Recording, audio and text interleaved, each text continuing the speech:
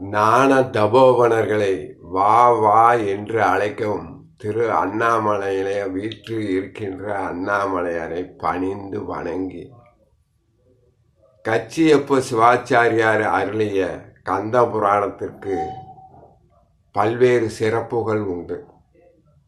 காஞ்சி மாநகரிலே ஆதிசைவ மரபிலே தோன்றி குமரக்கோட்டம் திருக்கோவிலிலே பணிபுரிந்தவர் காலாத்தியப்ப சிவாச்சாரியார். அவரது அருமை புதல்வர்தான் கச்சியப்ப சிவாச்சாரியார். ஒரு நாள் இறைவனாகிய கந்தவேல் கச்சியப்ப சிவாச்சாரியார் கனவிலே தோன்றி தன்னுடைய சரிதையை புராணமாக பாட வேண்டும் என்று கூறி முதல் அடியாக திகழ சக்கர செம்முகம் ஐந்துளான் என்பதையும் அடி எடுத்து கொடுக்கின்றார்.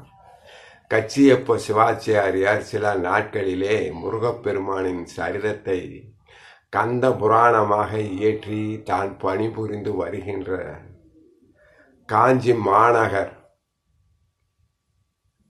குமரக்கோட்டத்தின் திருக்கோயிலிலே வைத்து பூட்டிவிட்டு வீட்டிற்கு செல்கின்றார். பிறகு அடுத்த நாள் சென்று பார்த்தபோது அவருக்கு அதிர்ச்சி காத்து இருக்கின்றது.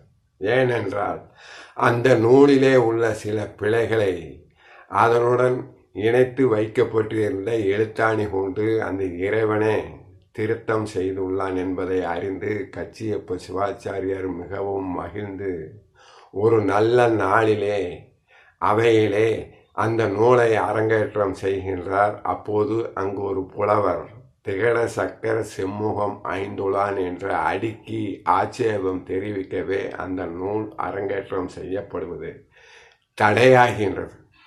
மிகப்பெரிய கவலையுடன் கச்சியப்ப சிவாச்சாரியார் இருந்தபோது அவரது கனவிலே இறைவனாகிய முருகப்பெருமான் தோன்றி நீ கவலைப்படாதே என்று ஆறுதல் கூறுகின்றார். அடுத்த நாள் அவைக்கு அவையோர்கள் சூழ்ந்திருக்கும் போது வீர சோழியம் என்ற இலக்கண நூலோடு புலவர் வடிவிலே அந்த முருகப்பெருமானை தோன்றி கச்சியப்ப சிவாச்சாரியார் இயற்றிய கந்த புராணத்திலே வருகின்ற திகழ சக்கர செம்முகம் ஐந்துளான் என்பதற்கு விளக்கத்தை அளிக்கவே அவையோர்கள் முழு மனதோடு ஏற்றுக்கொண்டு கச்சியப்ப சிவாச்சாரியார் அருளிய கந்த புராணத்தை அரங்கேற்றம் செய்கின்றார்கள். பிறகுதான் தெரிந்தது அவையோருக்கு வீர சோழியம் என்ற இலக்கண நூலோடு வந்து திகழ சக்கர செம்முகம் ஐந்துளான் என்ற அடுக்கி விளக்கம் அளித்தவர் புலவர் வடிவிலே வந்த